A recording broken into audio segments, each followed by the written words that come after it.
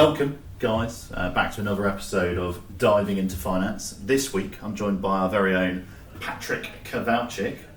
Still can't spell your surname, mate. You can't. It's only been 4 years, so yeah, give it another 4. You might. Yeah, I still copy and paste when I've got your email because I'm like, I still can't spell it. Sorry, mate. Everyone does it. Don't worry. But yeah, Pat's the regional sales manager for our Thames Valley team. Looks after those guys. Has a lot to do with all the different markets within finance, from transact, junior to part qualified to qualified positions. How the devil are you, sir? I am very well, thank you very much on this lovely Monday morning. Thank you for having me on the pod. Looking forward to... Well, I don't think you have to thank me, you work for the business. I was sort of roped into it, to be fair. I didn't really have a choice. But I expect the guys that come in externally to be like, cheers for having me, or actually I'll probably have to say it the other way around. Like, cheers, guys. But yeah, Pat's been brought in today to sort of discuss like what finance looked in Thames Valley last year, what it's looking like this year, the kind of challenges within the market, what areas you're seeing really busy, and kind of go from there really. So first of all, mate, what do you think like the market within finance, how has that sort of translated from last year to this year? I think there's been a big shift in terms of business confidence from what we've seen in the team. You know, there's been a lot more companies moving from that hibernation phase of COVID, which did last, a while post 2020. But yeah, we've certainly seen a shift towards businesses actually expanding teams and growing them out. The first few months post pandemic were more recovery, people replenishing teams that they've maybe lost. But from what we've seen, people actually starting to grow again, which is obviously really, really good. But it's made the market extremely candidate driven on the flip fence. So also a good time for people to be looking. Good time for candidates, yeah, for sure. Absolutely. Bad time for clients because candidates are like gold dust, aren't they? They are. They're incredibly challenging to find. What would you say like the hardest markets to recruit for right now? If you're a hiring manager, what would you dread? Oh, good question. Good question. Thank you. I think some of the more technical markets, financial reporting, most likely, I would say. I think that's always been a market that's been a bit more challenging than others, just because of the scarcity of the talent available. There's not as many people coming from these audit backgrounds that are really in demand as some of the other spaces, and a real upshift in the demand for them now has made that even more challenging. I think consultants in my team work in that space are pretty much spending the majority of their time trying to cultivate relationships now with candidates that are sort of still at the beginning of their audit journeys, to make sure that those relationships are in place for when they're eventually looking to leave, because I can imagine you've probably got about 100 well, I suppose the candidate's got like 20 interviews. Exactly. Kind of exactly. Doesn't help.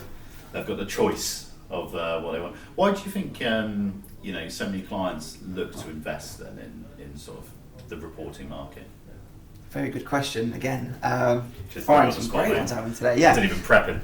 Just went straight in. No prep. I think it's because of the compliance involved within financial reporting and the impact that can have on the business as a whole.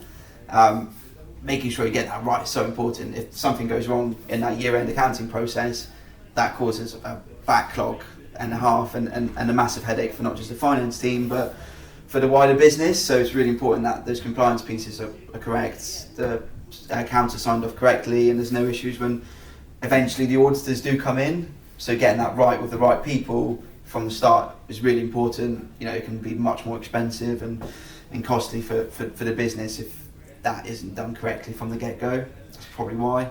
Yeah, I'd completely agree. I mean, there's like fines, aren't there, also applied if you get it wrong. You're working with auditors, it's all quite complex accounting matters, and if you don't have the right people delivering that job, you're kind of screwed, aren't you? You're on a back foot from the get-go, yeah, so it can be a bit of a challenge. You're done. It's interesting actually, because Carl said very similar things. Carl was literally reporting is an area where you're seeing a lot of roles coming in and a lot of clients recruiting for those positions. But again, it's candidate led, and it is so interesting when you only go back like a few years ago and it was completely client led, and it was literally like if the client's hiring, you'd be able to generate candidates. not easily, but when you're a specialist, very easily. I think even now, like it's a challenge for us to generate those candidates. So I feel sorry for internal recruiters. A recruit for like a tech director one day, I don't know, a sweeper the next, whatever a sweeper is, or a fluffer. I'm sure it exists. And then a financial reporting accountant the next day, because they're just so hard to find, and unless you're in those markets day in, day out, you're really going to struggle. I'm kind of interested because we spoke a lot about reporting with Kyle. We didn't really speak a lot about Transac within there. I know Thames Valley's always been, there's a number of shared services and stuff like that. Been a big part of the team for years now, to be fair, Transac. But that's another interesting topic of conversation, to be honest. I think leading up to the pandemic years, you saw a big shift of shared service centres taking a step to move away sometimes from the Thames Valley and move these large transactional teams abroad. One thing we've seen now, there's a big step going backwards where people are realising maybe this isn't working for the business, and a lot of companies are bringing these functions back to their old headquarters in and around the Thames Valley. I'm sure London's probably a very similar story as well.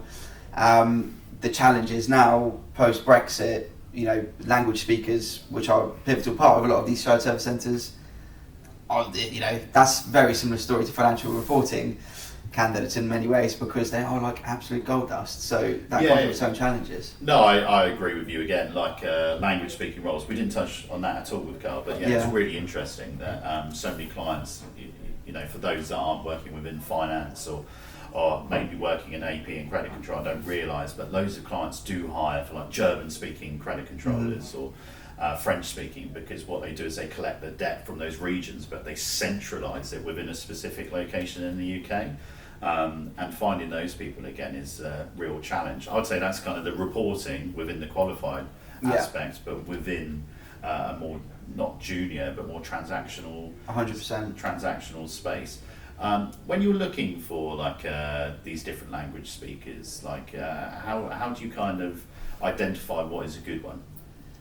Good question. Again, I think within that space, one thing you have to really bear in mind is the people looking after these different nationalities and regions. So, for example, this German-speaking credit controller or this Italian-speaking accounts payable clerk, they don't all only have to speak the language to an extent, but also they have to understand the culture within these other nations. Being able to collect debt from somewhere within Europe can be a completely different story to collecting debt from the UK or the US. There's different cultures in place, different ways of communicating with the stakeholders that you need to engage with. So having someone, the language speaking is one part, and obviously that's a challenge within itself, but someone that can actually adapt to different personalities, build that rapport no matter what the role is really, really important to be able to actually generate either the revenue inbound when you're collecting debt, or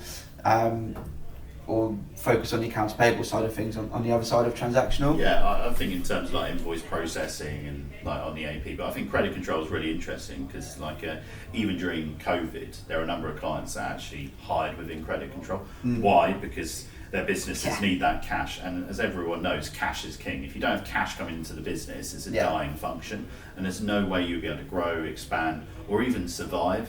And I think it's so interesting when you see like people look at credit control like, it's a transaction, it's more of a junior, and it's like no.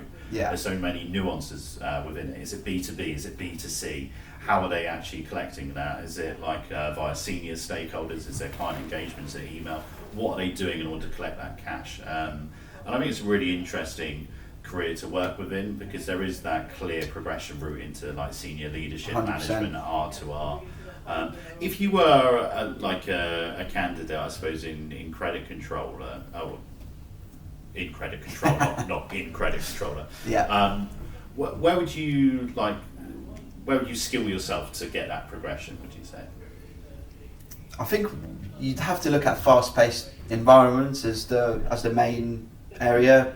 I know we mentioned shared service centres just now. I think that's probably one of the best examples of that. I think because of the fast-paced nature of it, you're able to deal with so many different scenarios, but then the chain of progression, because you're interacting with other departments like R2R or General Ledger, as it's called in some businesses,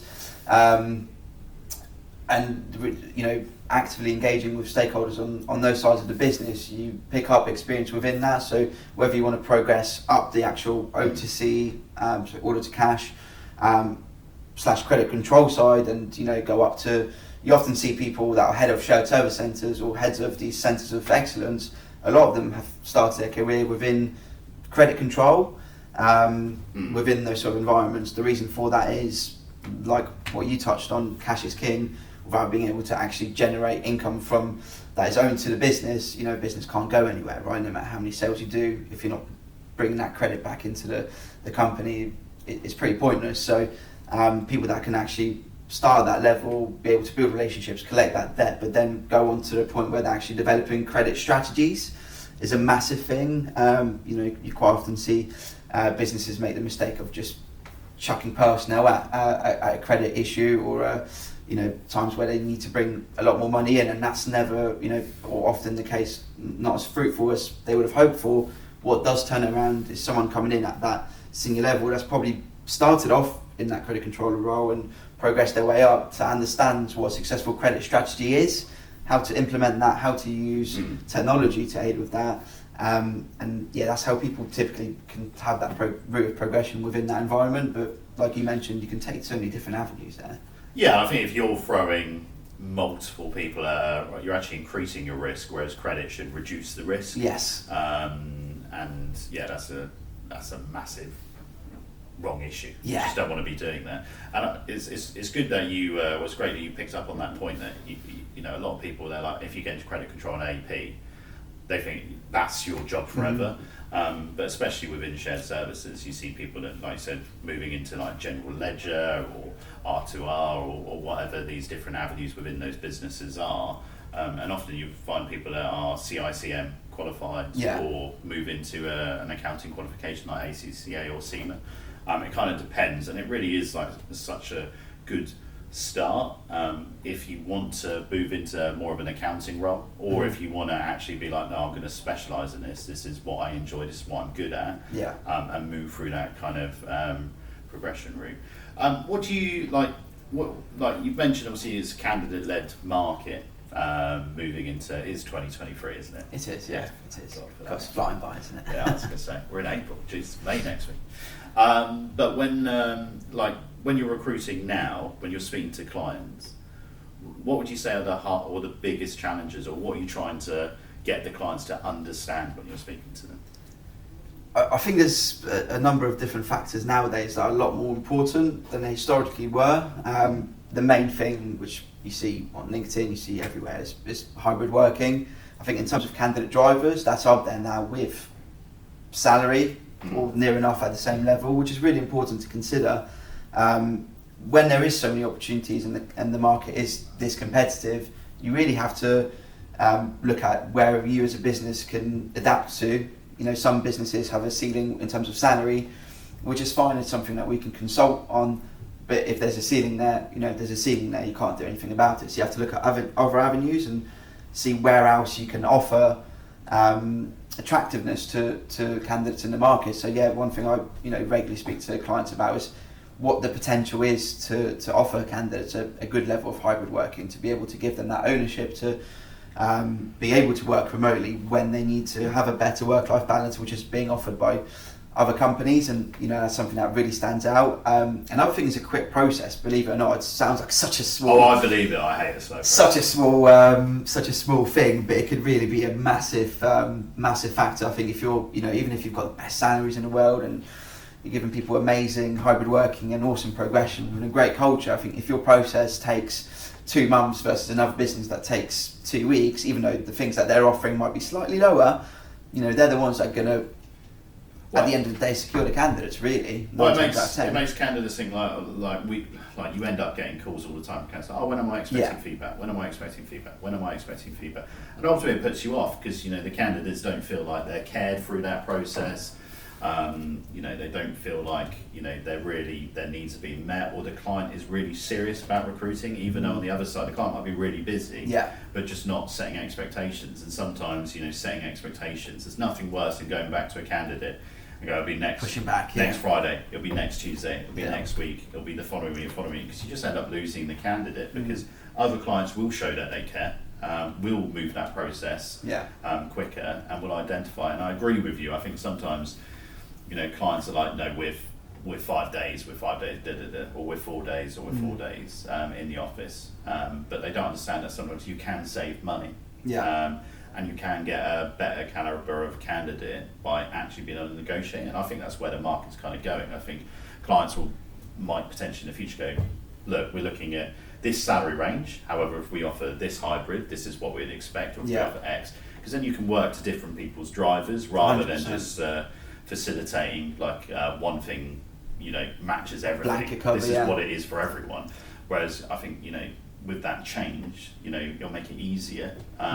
Clients will be able to obviously save money, but also be able to showcase the fact that they can be flexible, but there needs to be flexibility on both sides. And I think that's a conversation, and that's how I see the market moving potentially in the future, is offering, a different value based on, flexibility, or based on benefits, depending on what they're looking to recruit or engage for. Which I think is will be better for candidates and will actually help them identify, the jobs or the clients that they want to work with. When you're like, as you alluded to earlier, it's candidate driven, is harder to identify candidates. Like, how do you proposition a job to them? Like how do you make that first interaction to get them interested in, say, a client you're recruiting for? I think, again, alluding to what you mentioned, every candidate is completely different. Everyone's got different, career goals, personal situations. So I think the main thing, first of all, is about understanding a candidate's situation, understanding their drivers first. Ultimately, if those aren't going to be in line with the roles that you're currently recruiting for your client base, and that flexibility isn't there, you don't want to be wasting anyone's time. You don't want to be speaking to a candidate about a role which ultimately won't be the right fit, or the client's time knowing that the candidate will eventually at some point lose interest in the role. So that's the main thing, and that's alludes to the whole point of being a specialist within a certain field. If you often don't speak to these people or the candidates for the first time and then represent them to a role straight away. It's a process of speaking to people several different times, understanding different situations, understanding them and what they're looking for. When the right opportunity comes up, you then obviously check in again to see where they're at with their search, whether they're passive or whether they've picked up a little bit and a bit more active in the market. And it's just highlighting the you have to be quite honest, I think, highlighting the role itself, why myself as a consultant think this role would be a good fit for yourself, how it matches the drivers that you've got, what areas of flexibility you'd potentially require, and answering any questions. I think it's about being transparent from the start. You have to be. Main thing, I mean, that's quite interesting. Because that's one reason why I absolutely hate it. I've seen it so many times before where a client will just send you a job spec. With the salary benchmarking and what the hybrid offering is, and go find us someone. It makes it not impossible. How can you sell that to a candidate? I've got a client, FTSE 250, XYZ. Do you want the job? This is what it's paying. It's like, no, you need to know all the nuances within that role. You need to know what the progression is. And there's nothing worse than going to a candidate and going, I've had a brief call with someone that's not doing the role or not managing this role. They've given me 3 or 4 bullet points, and now they're expecting us to identify the best talent out there without knowing what the unique selling points are by speaking to the line manager. And often the JD, you're missing out so many, of the important things, and it's just a wish list without actually understanding exactly what is the role there to do. I think that's a really good point. And I've spoken to hundreds of hiring managers in my time, and I don't think there's been a single time where we go through the job spec in more detail verbally, where everything on the job spec aligns exactly what the role ends up being. There's often so many, like you said, so many different duties involved that aren't maybe highlighted. The day-to-day stuff you maybe don't see on the main bullet points, not highlighted as well, but you find this out through speaking to people, and the main thing really, the objective of the role itself. I think that's really important to to be able to transcend to people, because ultimately there's got to be a goal in line for what the business wants this new role to achieve, and so important for you as a recruiter to know that, to be able to match up the right people for it. Well, you can't be a specialist if you don't know what the client's looking for. Yeah. Because you're then going out to a mass market, trying to identify key points from a JD, and like you said, they miss out bits. And my favourite quote is permanent. It's all about the journey. Do you know what I mean? You're investing in someone's journey. You're not investing in their destination, because destination is contract.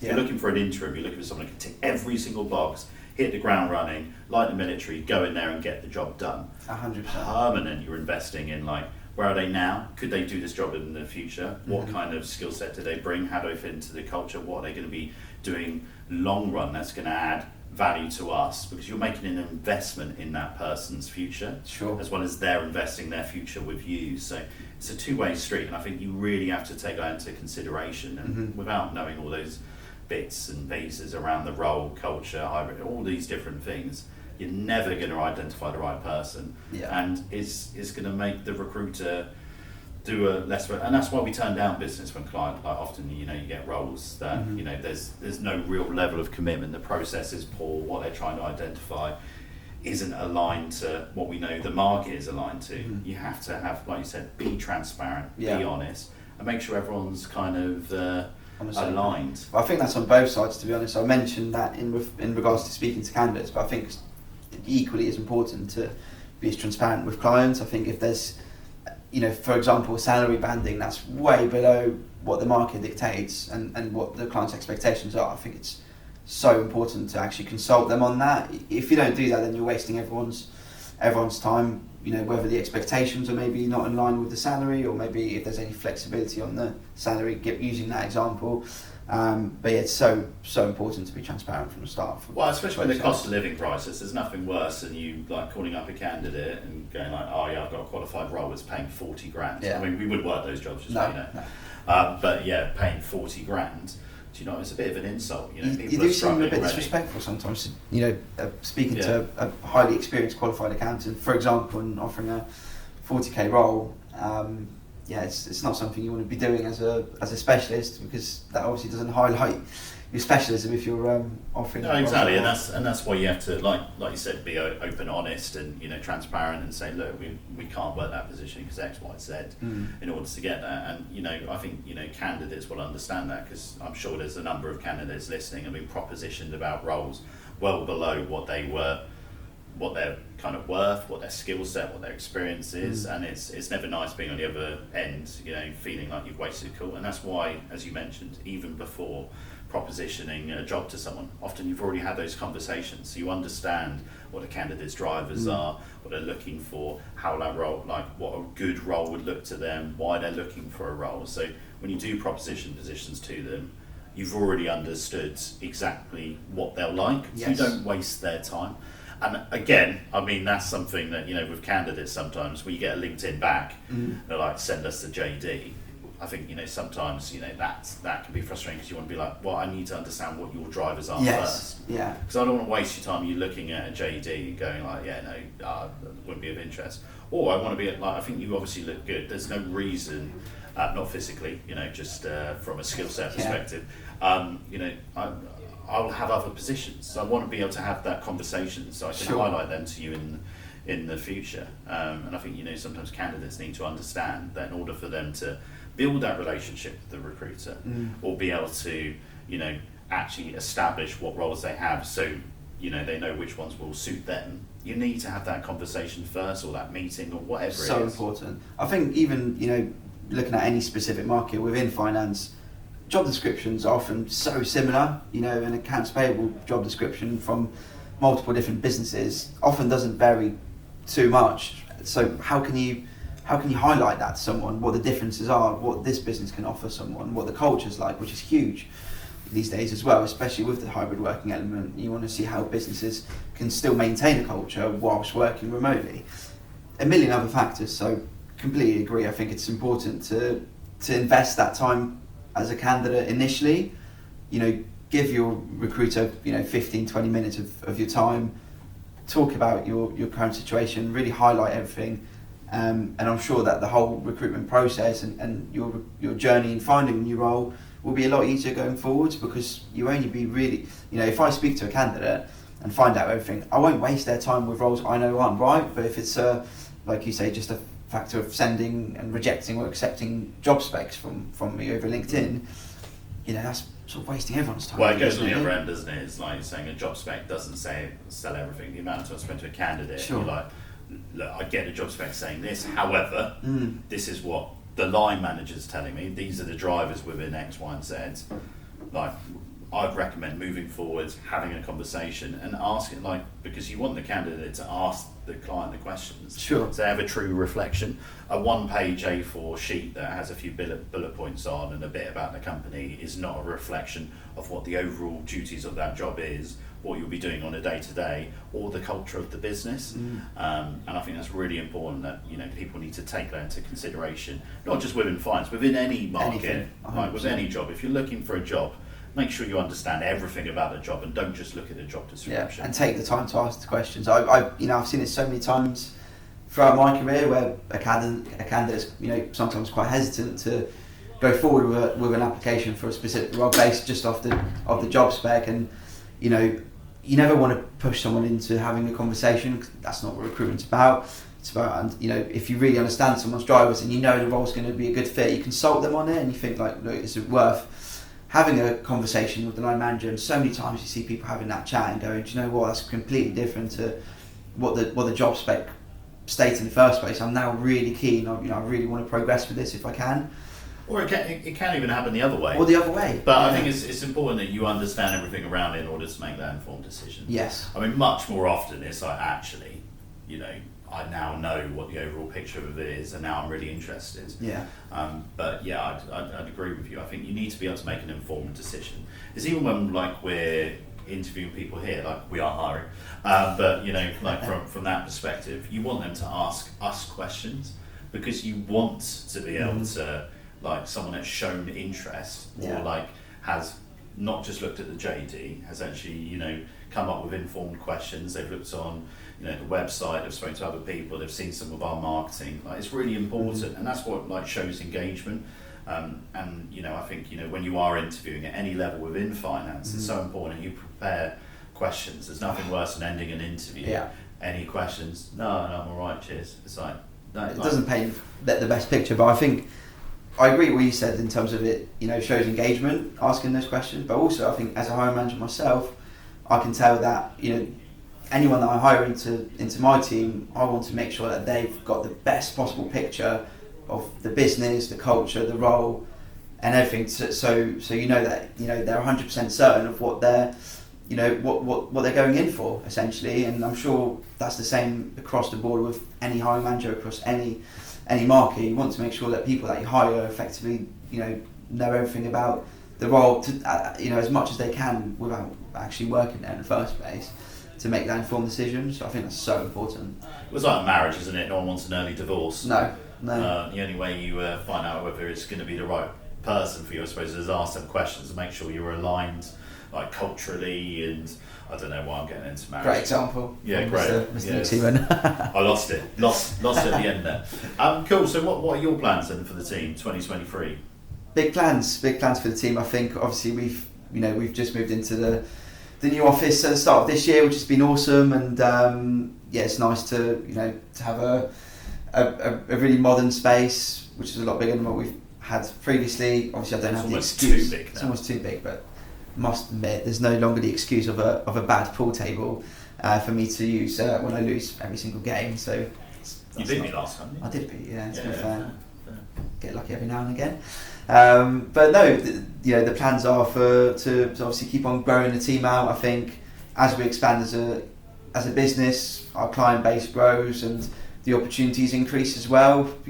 From when I first started 4 years ago, I know the markets that we covered were verticals, but had a slightly wider scope. And now, as the client base grows and our team size increases, there's more and more specific niches that we can dig into within finance and being able to support other clients. So it's an awesome opportunity, but I think that it's quite an exciting year for us. Well, yeah, I mean, sometimes that's the problem, isn't it? Like we sometimes turn down roles because they're not within That's one of it. our specialisms. Yeah. You know, and that's important that we. Oh no, it stopped. Keep going, never stop. So, like, yeah, I think it's one of those things within the different niches. We cover the majority of finance, right? But like, you know, like payroll is an area that we don't really cover, and you know, as we grow, we need to expand into those markets because we only ever want to offer our services to areas that we know we can add value. Because if we know we can add value, you know, we should fill the job. Sure. Like we fill 3.7 out of 5 roles that we work. You know, we are a specialist. We're quite happy to admit we're not the cheapest, but we like to think we are, you know, the ones that add value. We're a value add business, not a support function from that perspective. It's interesting. I thought you'd been here like 3.5 years. Is it 4 years now? Coming up to 4 years. Yeah. When is it for? October? No, July. July. So you joined us literally on our third? I missed the summer party by about 2 weeks, so I was gutted. Yeah. Oh Jesus! Yeah, I was gutted. Yeah, it's interesting. Well, I suppose it'd be interesting for people maybe to find out a bit about your journey then. Sure. So go on. Start from the beginning. God, bring it back now. Yeah, no, I joined as a grad, to be honest, after I studied law, which was completely irrelevant to recruitment and where I ended up. But yeah, there was a lot of options coming out of uni, as I'm sure there's people listening to this pod, probably in a similar scenario. So it's always challenging because you've got so many different avenues you can go into. It's about finding what's going to be right for exactly what we just spoke about, your own like goals and drivers and culture pieces and what you're looking for. So obviously did a lot of market research from the point of finishing uni to starting to interview. There's a lot of research to do on us. We're only 2 years old? Yeah, 2 years old at the time. Yeah. 2 years old. But on the industry as a whole, I meant. Oh yeah. Because I'll be honest, I didn't know recruitment was even a thing when I was finishing up uni. And then obviously, you know, it's a massive industry. When you find out more and more about it, multi-billion worth just in the UK, I'm sure. So you did a lot of research into it. Obviously, spoke to different businesses and ended up coming here, which is obviously a really good decision for me. Didn't know what I was doing for the first few months at all, as I'm sure you can probably attend to. But no one does. It's one of those careers. I mean, you go into and you're trying to learn what the role of a recruiter even is. Because I think people understand recruitment, right? Mm-hmm. You place candidates in jobs, you find clients to find jobs. I find that that's exactly what I thought when coming in, and whenever I interview people for the team, that's the general picture I get from people. But obviously, having done the job, you know, there's so much more to it. It's not plates. There's a lot of space to spin. You're almost doing like a circus thing there, trying to spin them all. So it's got its own challenges. I think, like I said, people sometimes think you find candidates for jobs, which is, you know, in a nutshell, I suppose, what it comes down to in the end. But it's about building relationships, it's about bringing in business on the business development side, it's about understanding your markets and becoming a specialist within that. There's, like you said, there's so many other places to spin, which I could probably talk about for a whole hour. I won't bore anyone to death with the ins and outs. The camera might switch off. But there's so many different avenues to it. But yeah, it's something that you have to be within to actually understand more. But I mean, it's a fast-paced career, isn't it? Like, if you think about it, you came out of university studying law. You're now a manager of, the Thames Valley Team. Yes. That's a lot of progression within there, like multiple, obviously, promotions. I imagine there's been some pretty good highs. I imagine there's been some pretty low lows, like, as part of that. 100%. Because, recruit. And I think it's the thing, like, for anyone listening that wants to get into recruitment, it's about understanding that, it's a hard job. You get what you work for, not what you wish for. Mm-hmm. And recruitment's one of those roles that you really have to take into consideration. So if anyone's listening, looking for a role in recruitment, make sure you understand what your drivers are, what you want to achieve. And if you like being busy all the time, mm-hmm. and having a role where, it is at times going to take over your life a little bit, because you need to be so passionate about it. You need to. In order to be successful. You can earn a lot of money, but you need to put the effort in. Yeah. Really, is there anything else you want to add, Senor Patryk? I think just to touch on that whilst we're on that subject, I think you often hear all these amazing success stories about people working within recruitment and earning six figures, which is awesome. But what you don't see is the other side of that, and amount of effort and work and passion, like you mentioned, and dedication that actually has to go into that. And I think it's one of those ones in terms of I don't know if there's any other industry I can think of where you can genuinely impact your own career and earnings as much as you can in recruitment, but also it's a graft. Your first 12 months. First year, I imagine moving into management, I imagine was a change for you as well. Sure, that's another challenge in return. That's another podcast, moving into management. But in terms of the first 12 months, you're trying to understand your market, you're trying to become a specialist. You're trying to really identify what the drivers are within your market and how to pitch yourself, how to manage candidates through the process. Because I think sometimes people forget, they're like, you just get candidates interviews. You're like, no, if you don't close the candidates properly, if you don't understand what their drivers are, they might not turn up to the interview. They might not be as interested as they said on that first. You're dealing with people, right? You're not selling products or. You're not selling a pen. A pen. That was part. I remember. Yeah, someone asked me to sell a pen when I interviewed for them. I'm trying to remember. It's like Wolf of Wall Street. Sort of thing, it was literally. I think as that film came out, everyone was doing it. It was like, Jesus Christ, right? I don't really want to sell you a pen, but you're not selling a pen. No. People change their minds, clients change their mind, candidates change their minds. You're trying to negotiate on both sides of the party to basically bring forward a mutually beneficial relationship that's going to impact that business successfully, and that's really, really challenging. So you have to definitely be up for the challenge. You have to be up for the highs, up for the lows. Everyone's up for the highs, but understand that in your first 12 months there are going to be some great times, but there's also going to be some challenging times, and you have to be prepared to deal with those challenging times, because it's all about moving forwards and understanding that those things might impact you now, but it's a learning opportunity, and a lot of people you have to look at it like that. I think even now I always look back at situations when in my first 12 months where there was something that didn't quite go as planned, or like you would have hoped it. I still look now. And now, to be honest, even now. But you always look back on that one moment, think, that's why I could have done better. As long as it's not a catastrophe. 100%. It's like they are learning opportunities. And normally, in your first one, you think something's a catastrophe. The candidate showed up in flip-flops. Oh, woe is me. Or someone didn't show up, or X happened, or Y happened, or whatever happened. You turn up to a meeting and the client's in Gibraltar and it's just completely forgotten about you. These are things that won't happen often, and you feel like it is, but they're all learning things. Did I set expectations? What did I do to mitigate the risk? Have I met with that person? Have I ensured that the chance of that not happening or that happening is so slim?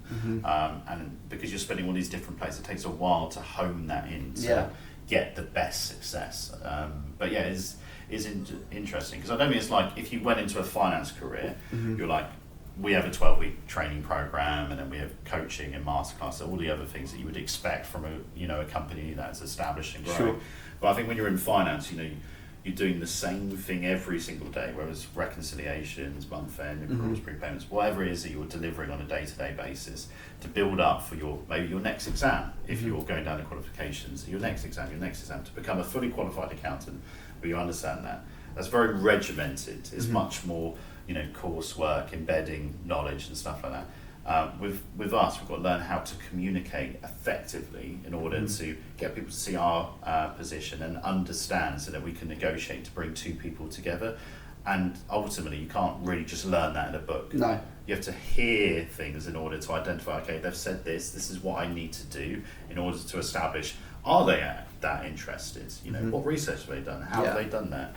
These are all things that you learn often by hearing other people developing their skill sets in order to hone your skills, so you can hopefully be part of the top recruiters, earning the great money, having that flexibility and becoming established.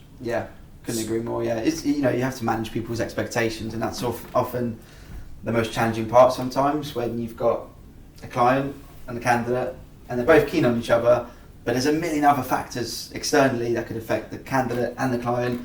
You have to manage all of that to, in the end, bring them together. There's different stakeholders within the clients. So one manager's got one expectation, another manager's got another expectation. They've also got to agree, and you've got to sit with them and understand, okay, what boxes do they want ticked, or what do they want ticked, what culture's going to fit in with both these people. It's it is a really hard job because like everyone's been there. There's nothing worse than the candidate's perfect, skill set fantastic, everything's like they really can do this job.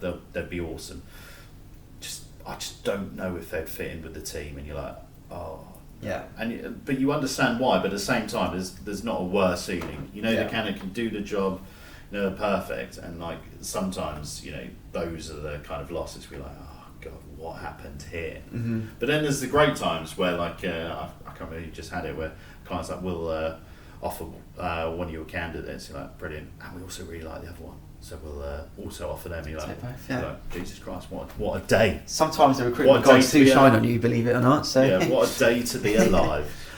Anything else you want to cover, mate? You feel like we've covered a few bases there? Yeah, I think we've had a good chat. So leave I don't know if there's anything else you wanted to touch on, but I think I've covered most. Not really. I mean, like it was just an introduction to your team, kind of overview of what your drivers are, a bit of an understanding at the end. Just went through your career.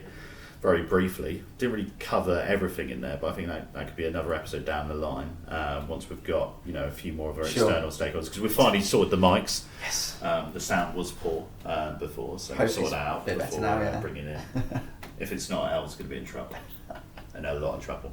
But yeah, really appreciate you coming down, guys. Please like, subscribe. I don't know what we're on anymore. YouTube, LinkedIn, Spotify. And Spotify. Anything else? Spotify. Apple. So yeah, Google. please have a listen. We're going to have lots of guests coming up. We've got the gentleman from Millwall coming up, the CFO there. He's going to be discussing all things Millwall regarding like their finance, how it's like a loss leader, but you know they still obviously require accounting and move that forwards. But yeah, thanks for listening. Have a good one. Thanks a lot, guys. Peace.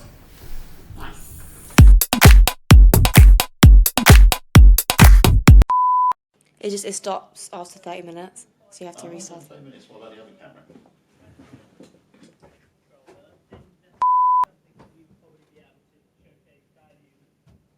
Oh no! Oh no! Oh no! No, don't. No, it's fine.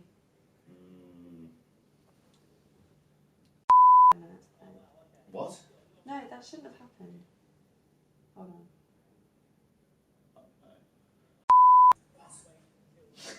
What? How dare you? Get out. Oh no, it's fine. You're panicking me now. No, it's fine. I felt. Pause just 1 second, I'll just restart. Hold on. Pause. 1 2 1 2. Mic check. It's gonna be a good day. You felt under pressure there, didn't you? Yes.